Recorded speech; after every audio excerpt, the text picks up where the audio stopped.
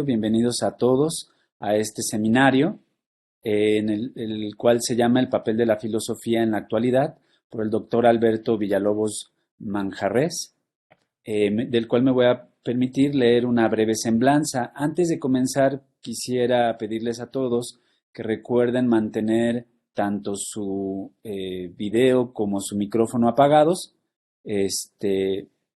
cerciorarse de que así sea. Y bueno, comienzo con la semblanza.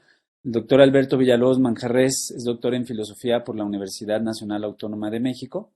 Realizó una estancia de investigación en el Departamento de Filosofía de la Universidad de París I Panthéon-Sorbonne para sus estudios de maestría. Actualmente se desempeña como investigador postdoctoral en el Centro Regional de Investigaciones Multidisciplinarias de la Universidad Nacional Autónoma de México, CRIM-UNAM. Es miembro del Sistema Nacional de Investigadores del Consejo Nacional de Ciencia y Tecnología y es coautor del libro Pensar en torno a la experiencia, fenomenología, empirismo y pragmatismo, y autor de diversos capítulos de libros colectivos y artículos académicos sobre ontología, filosofía de la historia, filosofía de la cultura y filosofía y literatura. Pues sin más, te cedo la palabra, doctor. Muchas gracias nuevamente por compartirnos esta experiencia tuya. Muchísimas gracias, Carlos, por la invitación. Bueno, y una pregunta más. ¿Aproximadamente cuánto tiempo tenemos para organizarme? Sí, aproximadamente son 40 minutos más unos 10, entre 40 y 50 minutos está muy bien. Y pues Ok, algunas preguntas. ok. Entonces, pues me adapto más o menos a ese tiempo, ¿no? Bueno, como ustedes saben, pues bueno, en primer lugar, pues muchas gracias por escucharme. Y bueno, tenemos como el tema de la charla propiamente, el título, el papel de la filosofía en la actualidad, ¿no? Pero antes de entrar de lleno a ese tema, Carlos me comentó que si podía pues hablar brevemente de la historia de la filosofía, hacer un resumen de cómo es que ésta se plantea, de cómo es que ésta se describe, porque no habría solo una manera de hacerlo, ¿no? Más adelante me adentraré un poco más en esto, ¿no? Y para esta introducción a la historia de la filosofía, pues me baso en un texto como punto de partida que lleva este mismo nombre, ¿no? Un texto de 1964, de 1964, del filósofo Ramón Xirau. Es un filósofo español, pero naturalizado mexicano, y es un filósofo que se conoce como pues, un filósofo del exilio español en México a raíz de la guerra civil en ese país, ¿no? Entonces, pues quisiera hablar pues en términos muy generales de este libro para comenzar. Y porque, puesto que es un libro que nos habla de la historia de la filosofía desde sus comienzos, es decir, desde sus comienzos según los manuales, porque habría también todo un debate en torno como tal al comienzo de la filosofía, ¿no? Em, pero bueno, antes de esto, pues, ¿qué podemos decir en torno a la filosofía? ¿Qué es lo que hace, ¿no? Em, pues como quizá ustedes podrán intuir, no hay una sola respuesta para esto, y me atrevería a decir que no hay un acuerdo como tal en torno a qué es la filosofía, ¿no? Sin embargo, una definición que se volvió famosa durante el siglo XX, a finales del siglo XX, de un filósofo francés de nombre Gilles Deleuze, es que la filosofía se encarga, antes que cualquier otra cosa, de fabricar conceptos, de inventar conceptos, ¿no? Y esta definición de la filosofía, digamos, es pues ciertamente un tanto artística, ¿no? Porque está pensando a los conceptos en filosofía como si fueran pinturas, como si fueran novelas, como si fueran personajes, ¿no? Entonces, pues si decimos que la filosofía significa fabricar conceptos, pues ahí tendremos un primer acercamiento a lo que hace esta disciplina, aunque por supuesto esta manera de entender la filosofía podemos objetarla, podemos criticarla, pero la menciono únicamente como punto de partida, ¿no? Entonces, por ejemplo, ya que tenemos aquí en primer lugar en la presentación, ¿no? Como sabemos, la filosofía, según los manuales, y esa sería digamos que la posición donde hay un mayor acuerdo, pues inicia en Grecia, ¿no? Desde el siglo VII hasta el siglo III de nuestra era, pues podemos denominar ese periodo como el de la filosofía antigua, ¿no? Em, ¿Y cómo vamos a relacionar esto con lo que acabo de mencionar respecto a lo que es la filosofía? Que la aparición de la filosofía se va a caracterizar o va a significar el momento en el cual comienzan a aparecer conceptos en la cultura humana, ¿no? Conceptos que van a intentar, desde los cuales se va a intentar explicar pues lo que es la realidad, el mundo, lo que somos, nuestro lugar en ese mundo, ¿no? Entonces, en ese sentido, Shirao nos dice que después de los poetas como Hesíodo y Homero, porque también se puede decir que la filosofía tiene dos grandes fuentes, que serían pues tanto la literatura como la religión, ¿no? Ahora entro más en detalle en esto, ¿no? Y dos, pues, grandísimos poetas griegos que existen antes de la filosofía, pues son Hesíodo y Homero, ¿no? El autor de la Ilíada y la Odisea, Homero, y Hesíodo, quien escribe, por ejemplo, textos como los trabajos y los días. Son, por ejemplo, Hesíodo es un poeta, pero en esa poesía ya podemos encontrar lo que podemos denominar como protoconceptos. Y esos protoconceptos pues van a tener una evolución ya propiamente en los primeros filósofos.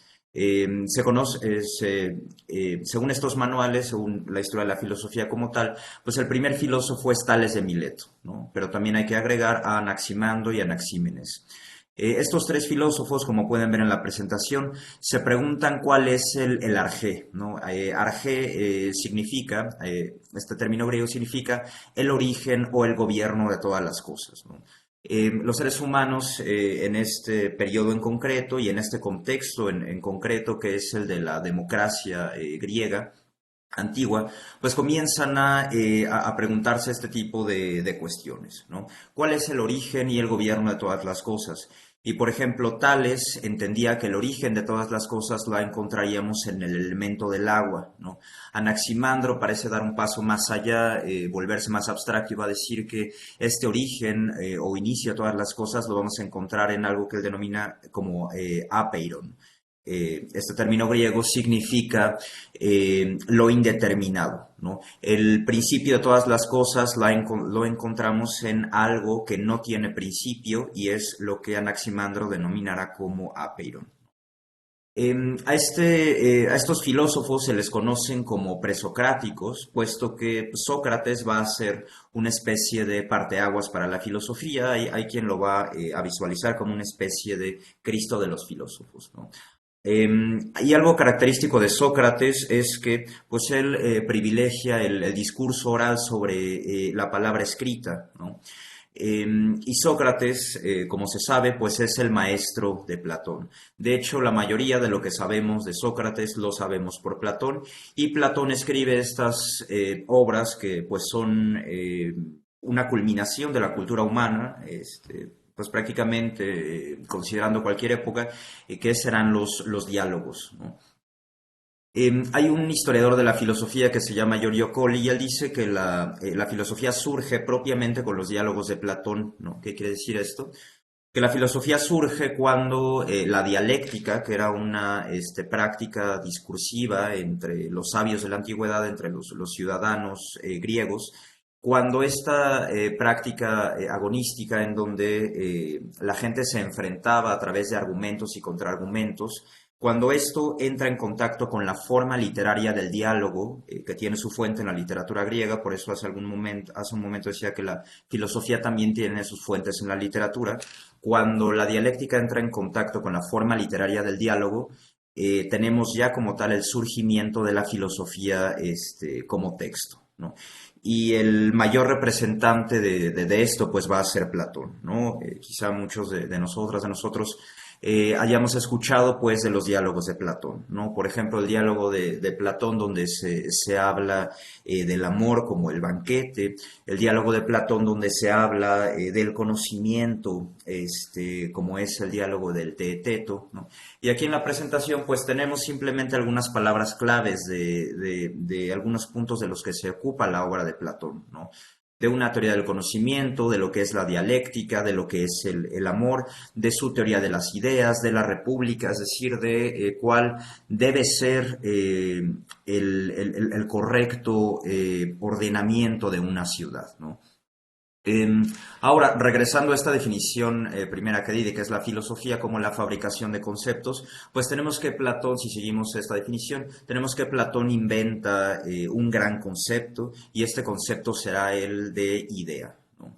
¿Qué es una idea? Así muy a grandes rasgos. Una idea para Platón no es simplemente algo que se nos ocurre, sino que es, y aquí me voy a poner un poco más abstracto, una idea, según Platón, es una entidad extra espacio-temporal, es decir, algo que existiría más allá del espacio y del tiempo y que sería inmutable, que sería perfecta, que sería eterna, ¿no?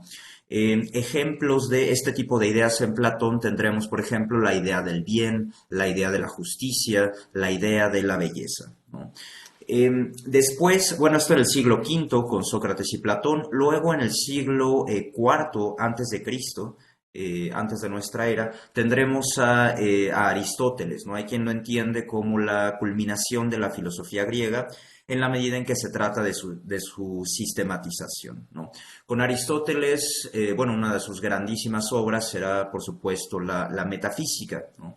Y como le mencionaba a Carlos hace un momento, esta rama de la filosofía que es la metafísica, por sintetizarlo de alguna manera, tendremos qué significa o qué es,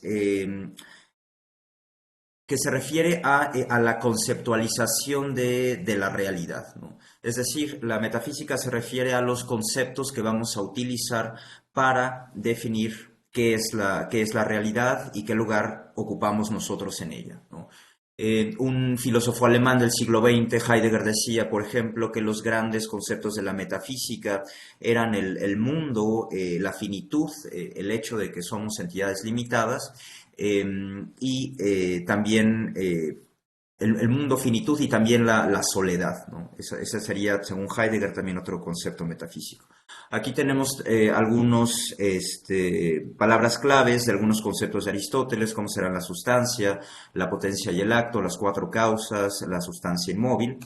Después, Ramón Shirao nos explica que la caída de la filosofía griega, su terminación, es decir, la terminación, digamos, del apogeo de la filosofía en esta cultura, la tendremos con los epicúreos, los estoicos, los escépticos y los neoplatónicos. Shirao nos dirá simplemente que, bueno, estas escuelas pues se derivan de los grandes planteamientos de Platón y Aristóteles, ¿no? Luego, pues en esta manera muy esquemática de plantear la historia de la filosofía, pues acabamos de mencionar a la antigüedad y una segunda parte sería la filosofía que se desarrolla ya propiamente en el cristianismo y en la Edad Media y que podemos considerar aquí pues del siglo primero al siglo XIV, ¿no? Tenemos a San Pablo, que en realidad pues es uno de los discípulos de Cristo, pero que también tiene una importancia filosófica, ¿no? Gerard nos cuenta de la historia de San Pablo a San Agustín. San Agustín, un gran filósofo cristiano, entre sus obras más famosas encontraremos las Confesiones, donde San Agustín reflexiona a propósito de lo que es el tiempo, de lo que es la memoria, y otra obra, quizá aún más famosa, pues es la Ciudad de Dios, ¿no? Donde ya comienza a gestarse el concepto de lo que sería la utopía, ¿no? Después, en el siglo XI, siguiendo esta cronología, tendremos al filósofo San Anselmo, que es famoso por el argumento deductivo en torno a la existencia de Dios, ¿no? Que pues es más o menos así. Dios existe puesto que en su propia definición está implícita el concepto de perfección, y el concepto de perfección no puede prescindir de la existencia, por tanto, nosotros no podríamos concebir a la perfección si no existiera algo más perfecto que nuestra propia concepción de la misma, ¿no? Ese es más o menos el argumento. Después tendremos en el siglo XII y XIII a Santo Tomás de Aquino. Él reflexiona sobre la naturaleza divina y la naturaleza de los seres humanos, y cómo es que la naturaleza de los seres humanos es una especie de reflejo de la naturaleza divina, pero en una menor proporción, ¿no? Otros filósofos famosos de la Edad Media tendremos a Duns Scoto y a Guillermo de Ockham. Después, en esta división de la historia de la filosofía, encontraremos eh, una tercera parte que será del Renacimiento a Emmanuel Kant, ¿no? En el Renacimiento tendremos a grandes filósofos como Giordano Bruno, como Ficino, como Pico de la Mirandola, ¿no? Filósofos italianos. Y bueno, como ustedes saben, pues el Renacimiento se va a caracterizar como una época en la cual pues coexisten ciertos postulados filosóficos con descubrimientos científicos que van a transformar por completo el lugar que nosotros pensamos que ocupamos en el mundo, ¿no? Después del Renacimiento vamos a encontrar a la filosofía cartesiana, ¿no? En Francia. Descartes y el camino de la razón, ¿no? Así ha titulado Shirao esta parte. Y tendremos aquí que surge el apogeo del racionalismo moderno como tal, ¿no? El Renacimiento principalmente se ubica en el siglo XV, y Descartes es un filósofo que pertenece al siglo XVII, ¿no? Y lo que tenemos con Descartes, o sea, lo que significa con Descartes, sí es una especie de parteaguas en la historia de la cultura, y que no solamente concierne a él, ¿no? Sino que también concierne a quien le precede en ciertos trabajos que conciernen a la ciencia y a la filosofía, que es Galileo, ¿no? Tanto con Galileo como con Descartes tenemos que ocurre algo en la historia de la cultura, que es la posibilidad de matematizar la naturaleza, ¿no? Esto trae como consecuencia que cosmovisiones religiosas del mundo sean inmediatamente criticadas en la medida en que nosotros somos, por ejemplo, capaces de matematizar el movimiento, ¿no? Algo que antes de Galileo y antes de Descartes no podía hacerse, ¿no? Eh, Ahora, algunos temas de Descartes y algunas de sus bueno, lo tenemos sintetizado aquí, algunos de sus grandes temas, grandes problemas, las reglas del método en este famoso texto del discurso del método, la duda metódica, este famosísimo yo pienso, luego existo, el concepto de sujeto cartesiano, su concepto de conciencia como tal, y también con Descartes tendremos que tienen una gran importancia pues las pruebas de la existencia de Dios, ¿no? Después tendremos a Spinoza, y aquí, bueno, voy a avanzar un poquito más rápido para que me dé tiempo de entrar al papel de la filosofía en la actualidad como tal, ¿no?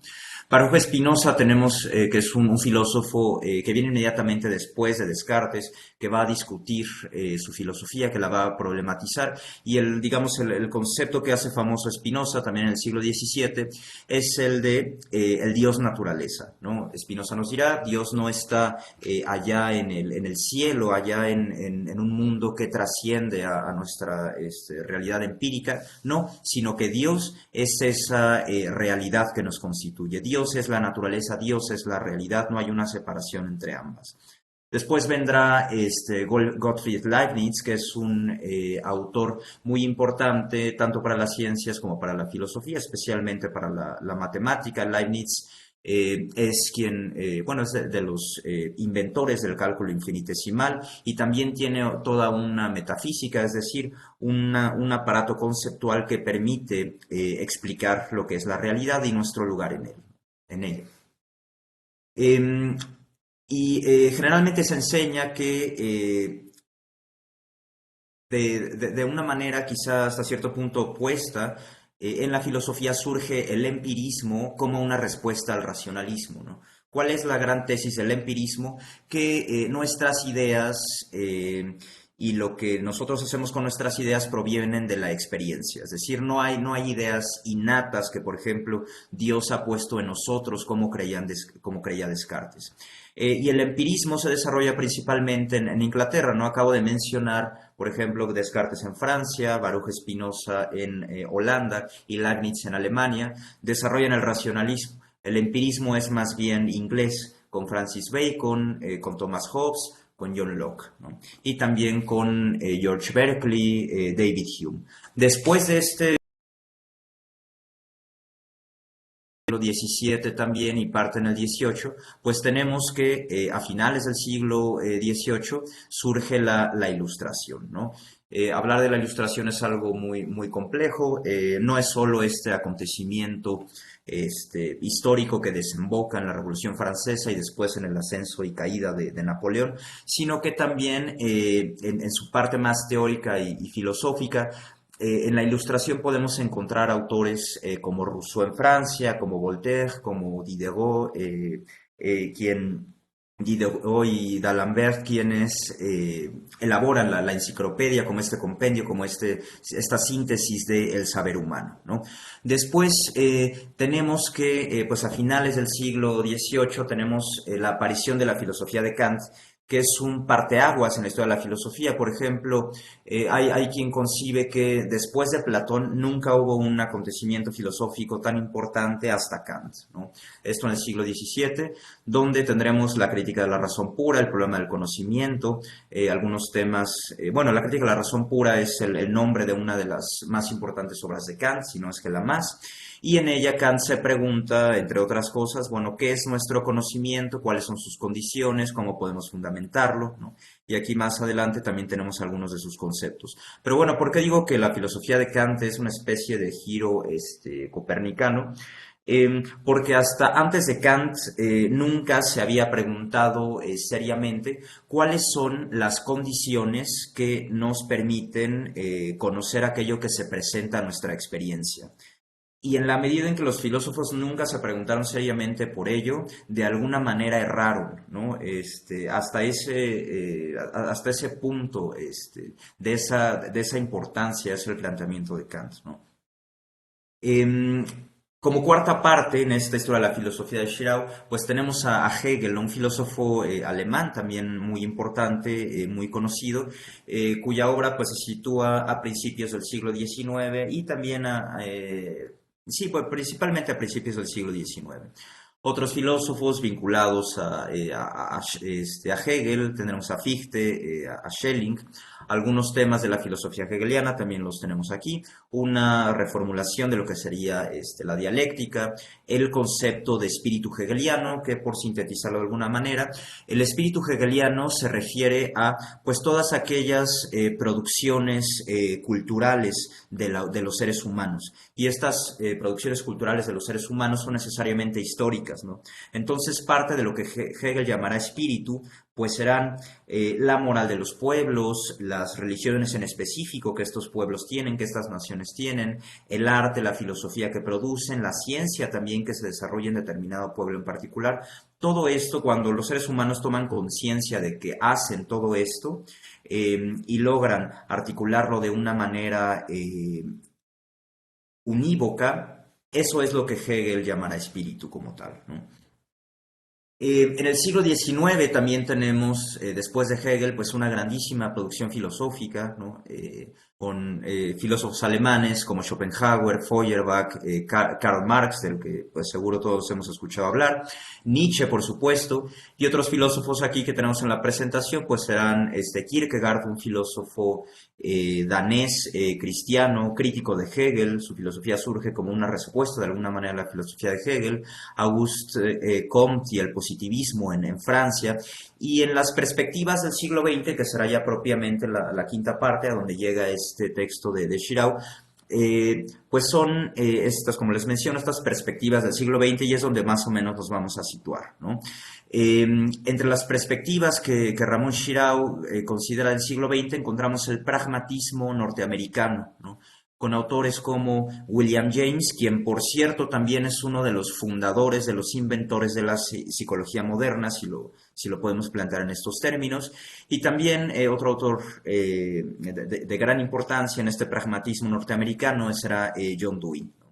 ¿Qué es el pragmatismo? Muy a grandes rasgos. Digamos que una de las tesis principales del pragmatismo es que nosotros vamos a definir las cuestiones filosóficas, las cuestiones éticas e incluso también las cuestiones políticas en función de sus consecuencias prácticas. Es decir, nosotros vamos a ocuparnos de la filosofía en la medida de que nos vamos a preguntar, bueno, ¿esto para qué nos sirve? ¿Esto qué consecuencias prácticas, qué diferencia en la realidad hace que nosotros pensemos determinada cosa y no otra, ¿no? Ese será uno de los principios según los cuales va a operar el pragmatismo, ¿no?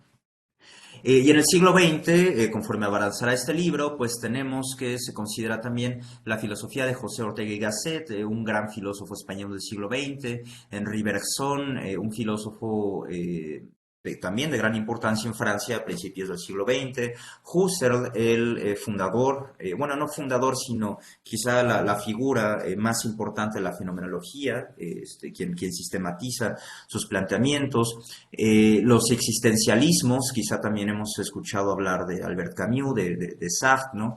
La tesis principal del existencialismo de Sartre es que la existencia precede a la esencia. ¿Qué significa esto? Que no existe la naturaleza humana, es decir, que no existen cualidades morales en nosotros que nos predispongan hacia ser malos o hacia ser buenos, que preexistan a el hecho de que nosotros estamos arrojados en el mundo y que nosotros decidimos, elegimos a cada instante qué hacemos, ¿no?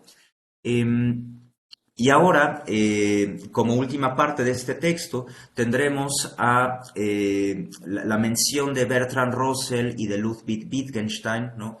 Y ellos son especialmente importantes pues, para lo que voy a exponer a continuación, porque son los fundadores, bueno, así se conoce históricamente, los fundadores de la tradición filosófica que se conoce como filosofía analítica, ¿no? Surge con ellos en el siglo XX, con Bertrand Russell en Inglaterra y con Ludwig Wittgenstein, pues en parte en Viena y en parte también en Inglaterra, ¿no? Un poquito más adelante me referiré a, bueno, cuáles son estas características de la filosofía analítica, ¿no? Y como apéndice 3, ya propiamente al final de esta introducción a la historia de la filosofía, pues tenemos que Shirao habla de tendencias filosóficas recientes, ¿no? El libro es de 1964, entonces pues más o menos ya acaba, y hablará de filósofos franceses como Michel Foucault, de Claude Lévi-Strauss, que no es como tal un filósofo, sino más bien es un antropólogo, y Ferdinand de Saussure, que es quien propiamente va a fundar lo que es la lingüística moderna, ¿no? Eso lo dejo simplemente como palabras claves para ubicarnos en toda esta historia, ¿no? Entonces, como les comento, este libro termina en 1964 y ahora esta segunda parte de la exposición, después de esta síntesis de la historia de la filosofía, muy apresurada, sin duda, tendremos ya propiamente el tema del papel de la filosofía en la actualidad. O sea, ¿qué me interesa decir sobre este punto, ¿no? En primer lugar, pues el papel de la filosofía en la actualidad es muy diverso. Entonces yo quisiera ocuparme nada más de un ejemplo de esto, ¿no? Y un ejemplo de qué es y qué hace la filosofía en la antigüedad la vamos a encontrar en este libro que se llama El dilema humano, una guía sin adornos sobre los grandes interrogantes de la vida del filósofo sudafricano David Benatar. Este libro se publica en 2017 y su traducción al español la tenemos, pues es muy reciente, es de 2022, me parece. Y aquí tenemos una portada del mismo, ¿no? Ahora, ¿quién es David Benatar y en qué tradición filosófica se inscribe, ¿no? Como pueden ver en la presentación, David Benatar se inscribe en la tradición de la filosofía analítica anglosajona. Y David Benatar, por ejemplo, entre sus líneas de investigación podemos decir que encontramos la bioética, ¿no? Por ejemplo, David Benatar reflexiona sobre cuestiones como el aborto, sobre si es deseable tener hijos, cuál es la calidad de la vida humana en términos muy generales. Se ocupa principalmente de estas cuestiones éticas que conciernen al sufrimiento de la vida humana, ¿no? Entonces quisiera leer esta siguiente parte de la presentación. Benatar sostiene que los filósofos analíticos están interesados en argumentos rigurosos en los que se explican las palabras claves, se trazan distinciones y se infieren conclusiones válidas a partir de las premisas. Está convencido de que este tipo de metodología es la senda de la sabiduría de las cuestiones existenciales, ¿no? Aquí tenemos, en esto que acabo de leer, una especie de síntesis de el programa de la metodología de la filosofía analítica. La filosofía analítica se designa objetos de investigación, ¿no? Como en el caso bueno, con este caso que voy a abordar a continuación, que es el del sentido de la vida humana, ¿no? ¿Y cuál es la manera de explorar este objeto que es el sentido de la vida humana? Bueno, a través de la utilización de palabras clave, de trazar distinciones, de inferir conclusiones válidas a partir de premisas. Y para los filósofos analíticos algo que tiene una importancia fundamental es el uso de la lógica a la hora de argumentar. Y es algo que ellos señalan que de pronto no está muy presente en otras tradiciones filosóficas, por los cuales algunos de ellos llegan hasta el desdén, ¿no? Y quienes inauguran esta manera de trabajar en filosofía, como mencionaba hace un momento, pues serán filósofos como Ludwig Wittgenstein, autor de esta grandísima obra que es el Tractatus Logicus Philosophicus, o también el matemático y filósofo Bertrand Russell, ¿no? Y esta es una manera de caracterizar, de hacer filosofía que pues se está volviendo cada vez más hegemónica en el mundo y que tiene como fuente pues la filosofía que se ha hecho por una parte en Inglaterra y por otra en Estados Unidos, ¿no? Y bueno, en este caso David Benatar, digamos que su mundo universitario es anglosajón, ¿no? Entonces, ¿qué es lo que me va a interesar ahora de estos planteamientos de Benatar? Bueno, hablarles o decirles directamente que uno de los papeles de la filosofía de la actualidad es investigar qué es esta cuestión del sentido de la vida humana desde la metodología que acabo de mencionar de la filosofía analítica, ¿no?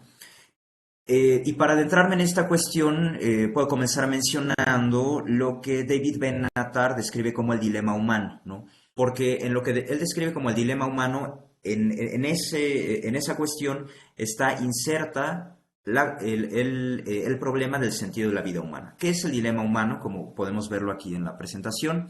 El dilema humano se refiere a la idea de que la condición humana es un dilema trágico inevitable, ¿no? ¿Qué quiere decir esto en particular?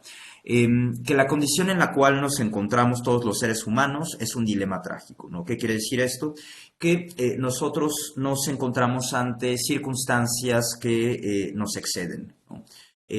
Por ejemplo, los límites que nos impone la cuestión del sentido de la vida humana es algo que se nos impone, algo que nos rebasa, ¿no? O también, por ejemplo, David Benatar va a investigar bajo el programa de la filosofía analítica lo que es la muerte, ¿no? Como un acontecimiento inevitable que nos rebasa, ¿no?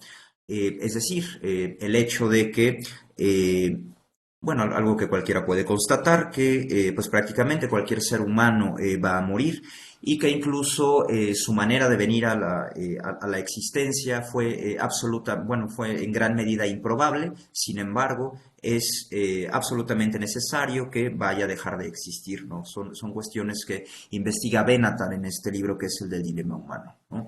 Ahora, pues mi ejemplo del papel de la filosofía en la actualidad, como les menciono, es este, ¿no? ¿Qué podemos decir desde los términos de la filosofía actual sobre el sentido de la vida humana y qué filosofía actual vamos a ocupar aquí, la filosofía analítica, ¿no?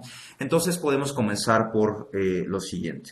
Entre los sentidos literales de la palabra sentido están significado, importancia y propósito. Hay que comenzar a definir nuestros términos aquí, ¿no? Como señala este programa de la filosofía analítica, ¿no? Entonces, ¿a qué nos vamos a referir con la palabra sentido?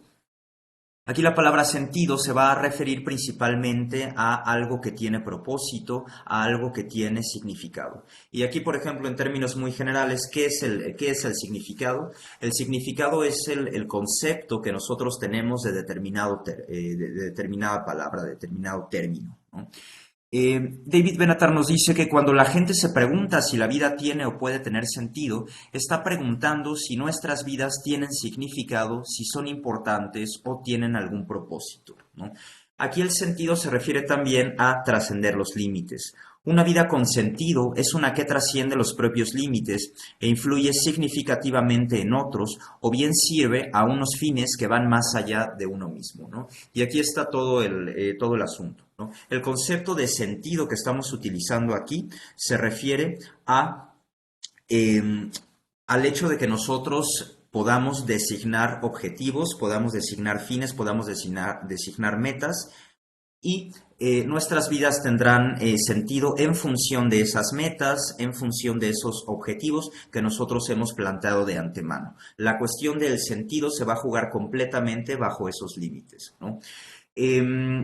A continuación tenemos lo siguiente: la aclaración más importante cuando preguntamos si la vida tiene o puede tener sentido se refiere al tipo de sentido que tenemos en mente. Hay distintos tipos de sentido que se corresponden a perspectivas diferentes desde las que podemos preguntarnos si la vida tiene sentido, y estos son los siguientes. Es decir, la cuestión que está abordando aquí Benatar no es menor, ¿no? Hay quien diría que es quizá, la cuestión más importante de todas, ¿no? ¿Cuál es el sentido de la vida humana? Y la respuesta que nos da Benatar, a partir de lo que les acabo de mencionar, es una división, ¿no? Y la división es la siguiente, la tenemos en el siguiente cuadro. Tenemos aquí un conjunto de perspectivas que es bajo las cuales él va a organizar el sentido de la vida humana, ¿no? El sentido de la vida humana, en primer lugar, como subespecie hominis, en segundo lugar, como subespecie communitaris, y en tercer lugar, como subespecie humanitatis, y en último lugar, como subespecie aeternitatis. Reitero, el sentido está definido aquí como propósito. ¿En qué medida las vidas humanas pueden tener propósito? Es la pregunta que se está haciendo de base aquí. Y para contestar esta pregunta debemos de dividir estos propósitos en estos 4 niveles, en estas 4 perspectivas. Subespecie hominis, que se refiere a los propósitos particulares de los individuos; subespecie communitaris, que se refiere al sentido que tienen las vidas humanas cuando se encuentran en grupos humanos, como países, tribus, comunidades y familias; el sentido humanitatis, es decir, el sentido que concierne a toda la humanidad. ¿En qué medida las vidas de las personas tienen sentido, tienen propósito para toda la humanidad? Y la última cuestión, que es la más inquietante de todas, que es la de en qué medida la vida humana tiene sentido o tiene propósito para el universo en cuanto tal, para el cosmos en cuanto tal, ¿no? Por eso aquí podemos ver que en la figura 2.1 tenemos lo siguiente: perspectivas desde las que se puede juzgar si la vida tiene o carece de sentido. Es una cuestión de grados, por supuesto, hay que mencionar desde ahora, ¿no? Aquí tenemos también el cuadro en su versión original, en inglés. Y bueno, vamos a definir estos 4 niveles, ¿no? En primer lugar, ahondando sobre esta concepción de lo que es el sentido, tenemos que es una concepción objetivista del sentido. ¿Esto qué significa? Que las vidas de los seres humanos tienen objetivamente sentido si cumplen ciertas condiciones que la persona que vive esa vida puede o no reconocer, ¿no? Esto es muy importante, porque esta concepción del sentido pretende ser objetiva, ¿no? Es decir, yo puedo sentir que mi vida carece de propósito y sin embargo, objetivamente, sí tiene propósito o sí ha tenido propósito, ¿no?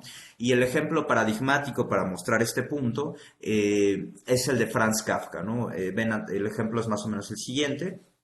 Es una anécdota, ¿no? Tenemos que Franz Kafka, antes de morir, le dice a su secretario, el escritor Max Brod, que queme toda su obra, o que quede sí, que queme prácticamente toda su obra sin publicar, ¿no? Porque para Franz Kafka esta obra no tenía pues propiamente un sentido, ni para él, ni tenía gran importancia literaria. El secretario, Max Brod, decide no hacerle caso a Kafka y se publica la obra. Y bueno, nosotros, si investigamos un poco, podemos saber que la influencia de Kafka en nuestra cultura es inmensa, ¿no? O sea, podemos decir que Kafka sí logra articular este sentido humanitatis, ¿no? Es decir, la obra de Franz Kafka ha logrado influir en la totalidad de la cultura humana, ¿no? Ahora, el sentido objetivo también se refiere a si la vida de las personas tienen sentido desde cada una de las cuatro perspectivas mencionadas. Es decir, estas perspectivas mencionadas, hominis, communitatis, humanitatis y aeternitatis, ¿no? Esta terminología en latín que propone Benatar, son las condiciones, son las reglas, son los límites objetivos que pueden ser constatados intersubjetivamente, que nos van a permitir saber, que nos van a permitir decir si la vida de las personas tiene sentido o no. Entonces, vamos pues rápidamente, para no pasarnos de tiempo, analizando, bueno, describiendo cada una de estas perspectivas, ¿no? La perspectiva o sentido subespecie hominis, ¿no? ¿Esto qué significa? Es el registro del sentido, digamos, más pequeño, ¿no? Nos referimos a lo siguiente. Una vida tiene sentido si cumple un fin o meta importante establecido por el individuo que la vive, ¿no?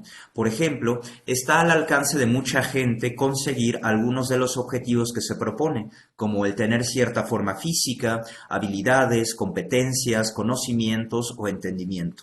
Mucha gente puede alcanzar esta perspectiva, al menos durante largos periodos. Es decir, es el propósito más pequeño al que nosotros tenemos acceso, ¿no? Los objetivos y se refiere a los objetivos individuales que nosotros podemos trazarnos, pero para nosotros mismos. Es decir, es darle sentido. Es que nuestra vida tiene sentido, pero ese sentido no va más allá de nosotros mismos, ¿no? Ahí tenemos un primer límite. El segundo límite sería que es el de la perspectiva subespecie communitatis. Se puede tener una vida con sentido desde la perspectiva de un grupo humano. Mucha gente tiene vidas con sentido desde la perspectiva de la familia, son queridos y valorados por su familia y a su vez desempeñan un papel importante y lleno de sentido en las vidas de los miembros de su familia, ¿no? Como podemos observar aquí, aquí ya se ha trascendido los objetivos que se pone una persona para sí misma, ¿no?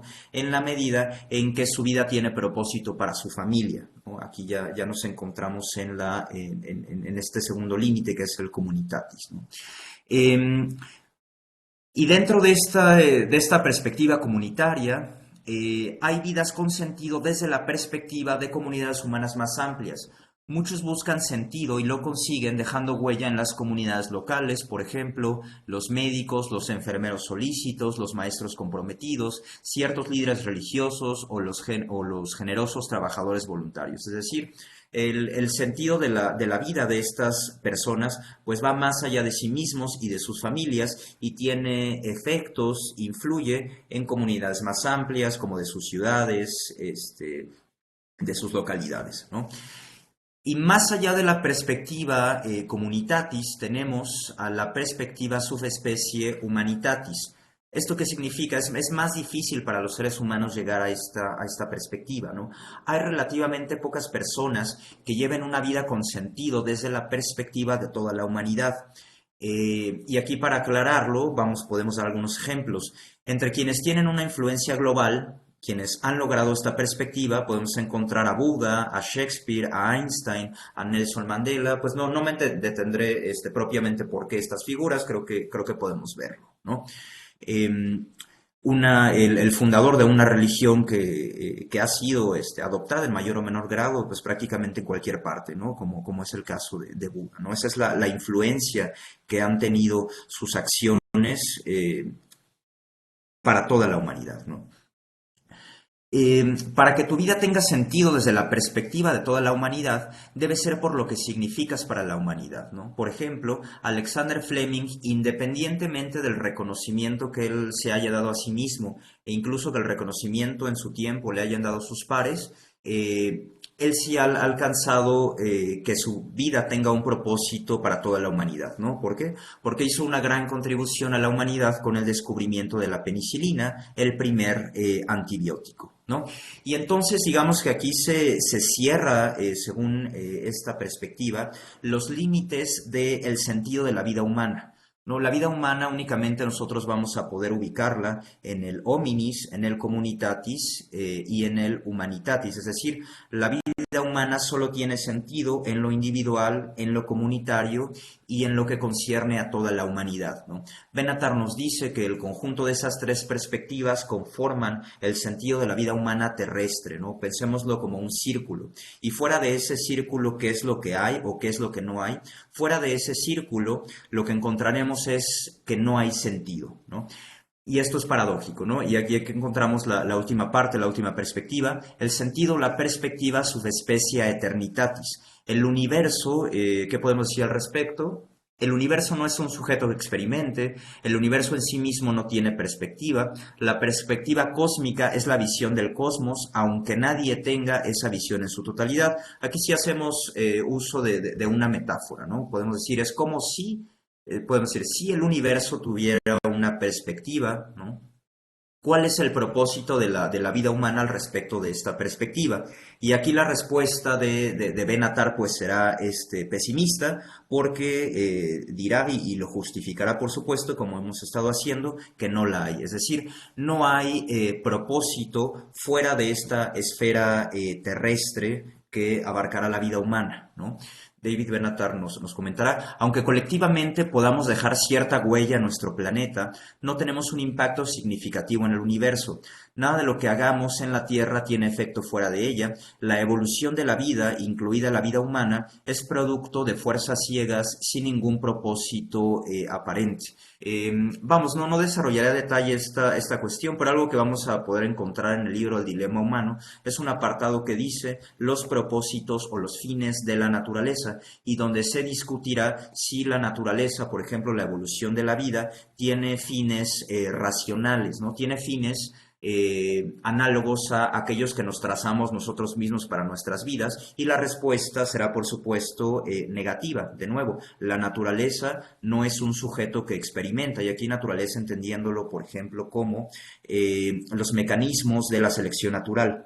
No hay ningún sujeto ahí operando, ¿no? David Benatar nos dirá también que la vida terrenal carece de propósito o significado fuera de nuestro planeta. Esto es cierto para toda vida sensible, toda vida humana y para cada vida individual, ¿no? Y aquí tenemos pues regreso al esquema, la descripción de los 4 niveles en los cuales nosotros podemos ubicar la cuestión del sentido de la vida humana. Desde la más individual, donde, y ya con esto concluyo, donde nosotros nos trazamos planes individuales para nosotros mismos, y nuestra vida tendrá sentido o no en la medida en que los cumplamos y a qué grado, ¿no? Lo mismo para los planes que nos trazamos y propósitos que nos trazamos para nuestras comunidades, y lo mismo para quienes alcanzan a influir con sus acciones en la humanidad entera. Pero reitero, todo esto forma una especie de círculo fuera de lo cual no encontraremos ya el sentido, ¿no? No encontraremos ya la existencia del significado. Y cerraría con esto, ¿no? En filosofía contemporánea se ha llegado a la conclusión de que las condiciones para que exista el significado entendiéndolo como las propiedades semánticas, sintácticas y lógicas de nuestro lenguaje, ¿no? El significado depende de eso. Estas propiedades están condicionadas por una materialidad, por una materia que ella misma no tiene significado, ¿no? Entonces, el significado únicamente y por tanto el propósito solamente va a existir en esta esfera terrestre, como la llama Benatar. ¿Por qué? Porque antes del significado y después del significado, pues no podemos designar ningún propósito, no hay lenguaje, hay pura materia sin significado y sin propósito intrínseco, ¿no? Y bueno, hasta aquí mi charla. Muchísimas gracias. Pues damos lugar a los comentarios, a las preguntas, objeciones, lo que ustedes quieran, ¿no? Doctor Alberto, pues muy nutritiva, muy enriquecedora la charla. Muchas gracias. Yo sé que pues es algo que para ti pudo haber sido complejo sintetizarlo en tan poco tiempo, ¿no? Pero te agradezco mucho que lo hayas adaptado a este tiempo. Al respecto, Rodolfo Verdín dice muy buena charla, demasiado nutritiva e interesante. Tengo dos preguntas. La primera es, Claro ¿cuál que ha sí. sido el papel de Oriente y Oriente Medio en la filosofía? Ya comúnmente se escuchan autores europeos o a la que llamamos influencia occidental. ¿Cuál ha sido su rol, por ejemplo, en la época dorada del Islam y el rescate de viejas escrituras griegas, por ejemplo, en la biblioteca de Bagdad? ¿Algo similar sucedió en China o en Japón? Muchísimas gracias por la pregunta. Bueno, algo que lo que podría rápidamente comentar al respecto en este punto es que, en efecto, o sea, esta historia, como mencionaba al inicio, esta historia de la filosofía que ocupo aquí, este manual, pues es un manual, en efecto, eurocéntrico, ¿no? Y hay quien diría también que pues el papel de las mujeres en esta historia de la filosofía pues está totalmente silenciado, ¿no? Y no solamente las mujeres como se menciona en este comentario que acaban de hacer, muy puntual, muy pertinente, sí la influencia de Oriente, ¿no? Em, Cada vez más desde hace algunas décadas, pues hay una revalorización, una relectura de esta historia de la filosofía y cada vez nos damos cuenta que hay ciertas falsificaciones, ¿no? Es decir, que después de la Edad Media parece que los europeos se apropiaron de saberes que habían sido desarrollados en culturas durante la Edad Media como el Islam, ¿no? Por ejemplo, sabemos nosotros que la manera en como, por ejemplo, Descartes está leyendo a Aristóteles, a Platón y algunos filósofos modernos provienen de las lecturas que hicieron de esos filósofos antiguos, filósofos árabes, ¿no? Entonces ahí está una influencia que, por ejemplo, en estos manuales como el que acabo de presentar está silenciada, pero que han tenido una influencia fundamental, ¿no? Eh, Así como una referencia, un filósofo latinoamericano contemporáneo, un gran filósofo que ha investigado toda esta parte y que ha elaborado pues toda una crítica a este eurocentrismo cultural, pues será el doctor Enrique Dussel, ¿no? Si hay más interés en esta cuestión, pues podemos, bueno, puede usted revisar sus obras, donde hay una relectura, por supuesto, donde hay un descentramiento de la cultura europea y se otorga incluso hasta mayor primacía a culturas como la China o como el Islam, ¿no? También, en estas épocas doradas, si las podemos llamar así. Muy bien, muchas gracias. La otra pregunta de Rodolfo Verdín dice, ¿se llegó a desarrollar en la América precolombina algún concepto de filosofía? Por ejemplo, recuerdo una entrevista a Miguel León Portilla en donde explica algo referente citando a su asesor, Garibay. Creo que más bien es como una aportación, más bien, ¿no? No sé qué Mm. piensa al respecto. Así es. Por ejemplo, una pregunta, pues también intrigante a la gente que hace filosofía aquí en México es si hay una filosofía mexicana, ¿no? Y yo defendería que sí la hay, por supuesto, ¿no? Y que de algún modo sí podemos encontrar, pues ciertos conceptos filosóficos, pues fuera de la cultura, griega, aun cuando no se había entrado en contacto, ¿no? Esto, por ejemplo, podemos hacerlo si nosotros somos capaces de definir lo que sería propiamente un concepto filosófico, ¿no? Ahora, respecto a la filosofía en México, eh, si nosotros nos hacemos la pregunta, ¿no? Hay filosofía en México, por ejemplo, con Miguel León Portilla. Podemos responder que sí, ¿no? Pero ¿por qué sí hay filosofía en México? Bueno, porque ha habido fabricaciones así concretas de conceptos aquí en México, ¿no? Y que y que no tienen par o no son análogos a los desarrollados en otros lugares, ¿no? Por ejemplo, el concepto de zozobra de un filósofo mexicano que se llama Emilio Uranga, ¿no? Es conocido como una especie de existencialista mexicano, ¿no? Y esta zozobra es una especie de angustia, em, de nostalgia eh, imprecisa, vaga, pero que él ubica como una característica pues cuasi esencial de los mexicanos, ¿no? Muy Ahí bien. tenemos, por ejemplo, un concepto que no tiene análogo y que sí responde, bueno, en otras culturas y que sí responde a una cuestión bien concreta de nuestro entorno, ¿no? Muy bien, muchas gracias, doctor Alberto. Pues hay varias preguntas. Sí, Voy sí, a sí, sí, sí, intentar adelante. leer y abarcar la mayoría de ellas. Bueno, dice, la filosofía actual puede guiar hacia un propósito común para la humanidad. Eh, sí, sí, por supuesto. Bueno, es que es una pregunta enorme, ¿no? Pienso en un ejemplo que, bueno, con esto me salgo un poco de la charla, ¿no? Por ejemplo, bueno, podría decir esto.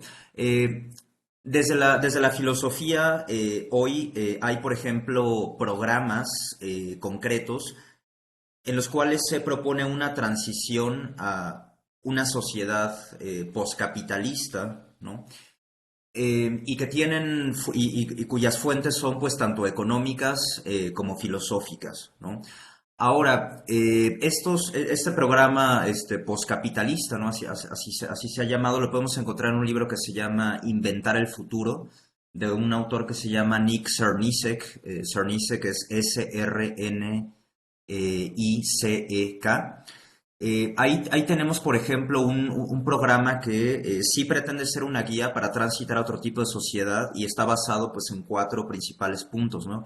Les digo, esto es una formulación filosófica y económica contemporánea. Estos cuatro puntos son la automatización plena de la producción de bienes y servicios de manera global. ¿Esto para qué? Para reducir el tiempo dedicado al trabajo, y esto del tiempo, esto de la reducción del tiempo dedicado al trabajo se refiere a la reducción de la semana laboral. Esto iría acompañado de la implementación de un ingreso básico universal que se otorgue sin ninguna condición de pertenencia a algún país, a algún género, algún pueblo, ¿no? Y en tercer lugar, se trataría de la desarticulación que ellos llaman de la ética neoliberal del trabajo, ¿no? Es decir, estos cuatro puntos, su despliegue, constituyen un programa de transición global hacia una sociedad poscapitalista, ¿no? Hay quien, por ejemplo, podría denominar esto como algo utópico, ¿no? Sin duda, por supuesto, tiene elementos de utopía como algo que no existe todavía, ¿no? Pero sí, sí, en efecto, la filosofía se ha encargado de formular ese tipo de programas. Este es un programa contemporáneo, pero ya lo ha hecho en el pasado, por supuesto, ¿no? Y el gran ejemplo, para bien o para mal, es el del comunismo de Marx, ¿no? Claro. Claro, muy bien. Creo que una pregunta también muy actual dice, ¿qué nos puede comentar la filosofía de forma práctica de las guerras que ocurren actualmente? También es una pregunta muy amplia, ¿no? Que te puedes profundizar muchísimo, pero no sé si qué piensa al respecto. Uf, sí, eh, bueno, sí, como un comentario al respecto de que si la filosofía se ocupa de esas cuestiones, por supuesto, ¿no? Y voy a dar aquí un ejemplo de un programa de investigación específico. En la Universidad de Oxford existe algo llamado el Future of Humanity Institute, y que encabeza un filósofo que se llama Nick Bostrom. Y este filósofo sueco, ahora está radicado en Inglaterra, Nick Bostrom, lo que ha hecho es inventar un concepto que se llama riesgo existencial, ¿no? ¿Y qué es un riesgo existencial? Se trata aquí del cálculo, es decir, de utilizar todos los instrumentos cuantitativos, ¿no? A la mano para calcular cuáles son los riesgos probables en los cuales la vida humana se va a ver, bueno, se va a extinguir o se va a mermar a tal punto que ya no va a poder reproducirse, ¿no? Eso es el riesgo existencial. Y entre los riesgos existenciales que investigan en este instituto, en el Future of Humanity Institute, porque es un equipo multidisciplinario, por supuesto. Tenemos ahí a astrobiólogos, a filósofos, a gente de inteligencia artificial, todo esto. Y entre los riesgos que se calculan y se teorizan aquí también con el fin de evitarlos, lo cual no quiere decir que vayan a poder evitarse, ¿no? Es como un trabajo difícil en este sentido, pues encontramos, por supuesto, el riesgo más que de guerras locales de la guerra nuclear, ¿no? ¿En qué punto nos encontramos respecto a la aniquilación nuclear, ¿no? Como un riesgo existencial, pues más o menos evidente, ¿no? Para cualquiera. Otros son las pandemias, otros son, por ejemplo, el hecho de que experimentos biotecnológicos salgan mal y entonces creemos nanorobots capaces de afectar la biosfera de una manera muy negativa, ¿no? Y también hay, bueno, quizá a ustedes les suene muy extraño, bueno, a mí también, pero o sea, parece casi de broma, pero Nick Bostrom, y esto lo digo con toda seriedad, o sea, lo pueden constatar en el Future Humanity Institute. Nick Bostrom ha llegado a considerar como un riesgo existencial, más lejano que la bomba atómica, por supuesto, el de una invasión extraterrestre, ¿no? Esto lo digo así con toda seriedad porque no se trata de teorías de la conspiración ni nada de esto, no, se trata de un riesgo existencial que proviene de algo desarrollado por el físico Enrico Fermi, que es la paradoja de Fermi, ¿no? Entonces tenemos este instituto que se ocupa de estas cosas. Muy bien, pues ya se nos acabó el tiempo. Me voy a permitir, si tú también, me das chance, Sí, sí, sí. una última pregunta. Dice, Sí, hola claro, está Alberto, bien. ¿dónde se ubica la posmodernidad en la síntesis que planteaste al principio? En particular, ¿cuál es el lugar de la posmodernidad con la filosofía analítica? Bueno, digamos que, o sea, de alguna manera el gran enemigo de la filosofía analítica, pues son ciertos filósofos que ellos tildarían como posmodernos, ¿no? Como cierta posmodernidad, que sí, bueno, hay sus exponentes en la cultura anglosajona, pero que principalmente se dan en Francia, en Italia y en Alemania, ¿no? Los filósofos analíticos sí serán enemigos de esto, ¿no? Pero ¿dónde podemos ubicar a la posmodernidad? Quizá en este esquema que les presento, pues en el apéndice 3, ¿no? Tendencias filosóficas recientes. Y bueno, o sea, a mi juicio, por ejemplo, un filósofo que pues propiamente sí podríamos denominar como posmoderno es un filósofo italiano que se llama Gianni Battimo. Es un filósofo quien se aprecia desarrollar, bueno, de haber desarrollado, porque murió hace poco, un pensamiento débil basado en la hermenéutica, ¿no? Donde parece que la realidad queda reducida en muchos casos desde sus planteamientos a meras interpretaciones humanas, ¿no? En hacer, por ejemplo, incluso de las ciencias más duras, interpretaciones, ¿no? No son más que interpretaciones humanas, cosas que nosotros hemos inventado y de ninguna manera nosotros estamos describiendo lo que sería algo así como la realidad en sí misma, ¿no? También lo que la posmodernidad en el fondo quiere decir es antirrealismo, ¿no? Es decir, que nosotros no tenemos acceso a lo que sería algo así como la realidad en sí misma. Entonces tenemos este nombre, ¿no? Que yo asociaría a la posmodernidad, Gianni Battimo. Y la posmodernidad, digamos, en términos generales en filosofía, se caracterizará por defender este, posiciones donde el concepto de verdad sea un concepto de verdad débil. Es decir, nosotros ya no podemos afirmar el concepto de verdad como se hacía antes, como la correspondencia entre el discurso y las cosas, y lo que tenemos ahora más bien son interpretaciones bastante diversas y contrapuestas de la realidad, frente a las cuales nosotros no tenemos una especie de criterio fuerte para definir cuáles son más importantes que otras, ¿no? Entonces, a grandes rasgos eso sería la posmodernidad. Y hoy en filosofía contemporánea, lo que ha surgido tanto en ambas tradiciones, bueno, en la que se llama continental y en esta otra analítica, pues son intentos de romper con esta idea, ¿no? La vuelta a proponer criterios fuertes desde los cuales nosotros podamos basarnos para pues establecer éticas, establecer la vida política, ¿no? Establecer lo que sería, revalorar lo que sería propiamente incluso la filosofía y lo que ésta puede, ¿no? Pero entonces, eso sería así la filosofía analítica como sí, pues una enemiga acérrima de lo que se conoce como posmodernidad. Muy bien, pues muy interesante todo lo que nos has compartido, muy vasto también todo tu conocimiento, muchas gracias. Gracias a Pues ustedes. hay muchos agradecimientos por parte de los asistentes y en general estoy seguro que hay otras preguntas y ojalá que pudieras acompañarnos en otra ocasión. Ahorita fue mucho la parte de introducción, ¿no? Y Sí, creo que fue también muy nutritiva para abordar la charla, ¿no? Pero pues esta última parte también que nos mencionaste de el sentido de la vida, ¿no? Quizás pudiera ser muy interesante que nos siguieras platicando al respecto, porque considero de manera personal que es muy apropiada para nuestros estudiantes, claro. pues esto, ¿no?